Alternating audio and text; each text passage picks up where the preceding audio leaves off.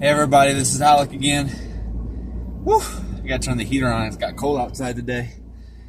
So today I wanted to make another video for you guys, and this one's pretty special because after the last video that I made, I had someone reach out to me and ask me a question, and I want to take some time to answer that question. So basically what they said to me was, Alec, what is your honest-to-goodness experience as a sibling of someone on the spectrum? Maybe what is a struggle that you've had, and what can I do as a parent to make sure that my child who is not on the spectrum, so my typical child, can have as good an experience as possible? What would be a suggestion on that? Now, what I want to start off with saying is that I realize that being the parent of a child on the spectrum is very difficult, and what's even more difficult is when you do have a typical child. What happens is, I know that your life as a parent can turn into one of those Chinese dish spinning acts. Have you seen those in the circus? Where you have someone running and they're spinning these discs or these plates on different poles, and they're trying to make sure that none of the plates ever fall. And they've got something like 10 or 15 different plates spinning at a time, and they're really trying hard to make sure that none of those plates fall. And as a parent, you could easily imagine each of your children to be one of those plates.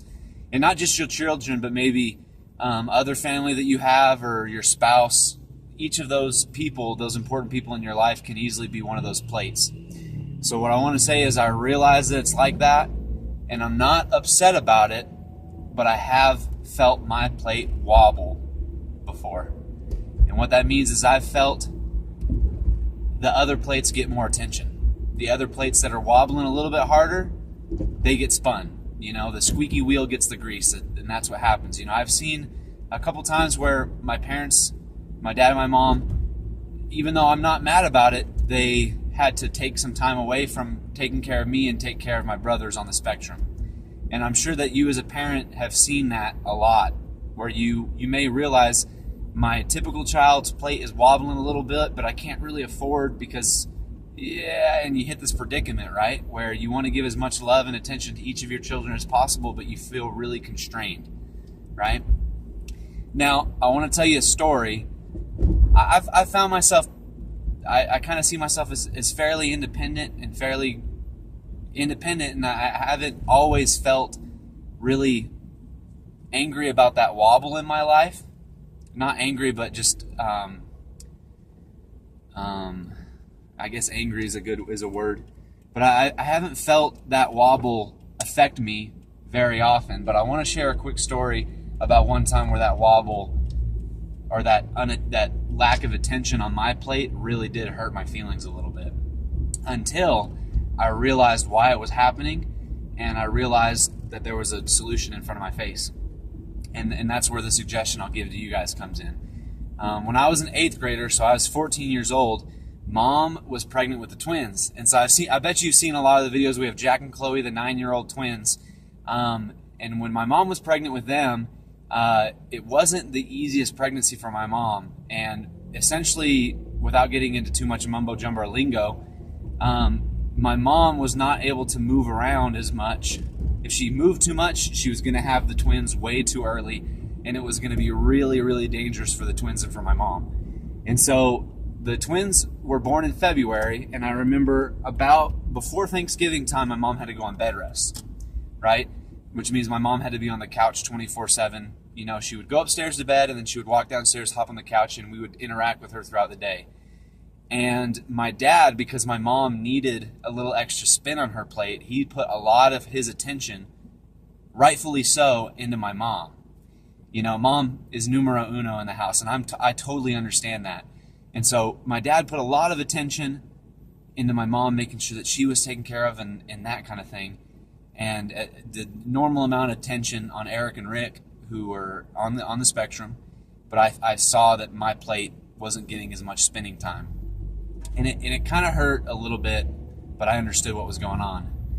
After Christmas, so a few months before the twins were born, Mom had to be put in the hospital.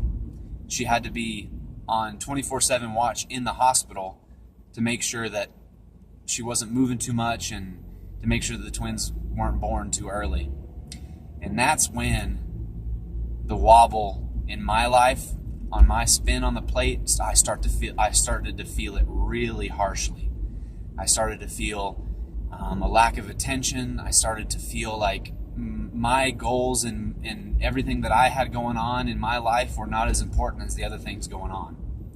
And that's something that I'm sure a lot of siblings feel. But then something really struck me where I had this kind of aha moment, right? The aha moment where I realized that my dad, I didn't realize this at first, but my dad would spend every available moment with my mom in the hospital, right? That means before he got the kids to school, sometimes he would get up early and go see her. And then he would get the kids ready for school. And then he would go to work for a couple hours. And every day on his lunch break, he would go see her. And then he would go back to work, get the kids home from school. And as soon as we were ready or willing, he would go back up there with us again and spend time with her until we would go home and get ready for bed. And then on the weekends, even more time. He'd be like, "Hey, Alec, do you want to come to the hospital?" I'm like, "I have things to do." He would say, "Okay, I'm going to go. Can you watch the kids during the day while I'm at the hospital with mom spending time with her?"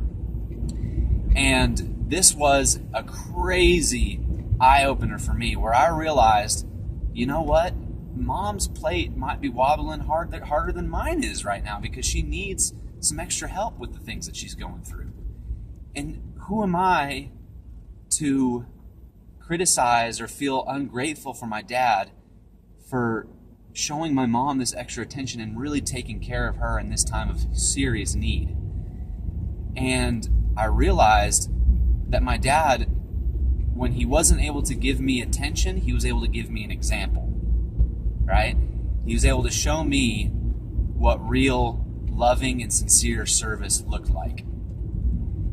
So, and this took me a little while to figure out, but what I want to tell the parents is that we as kids, we wobble sometimes, and we're not angry about it, but we might need you to jump to our plate every once in a while and spin us a little bit more. So what I think would be a great suggestion is I want you to at least once a week sit down and think to myself, what can I do to show my child, every single one of my children and my spouse, one of two things?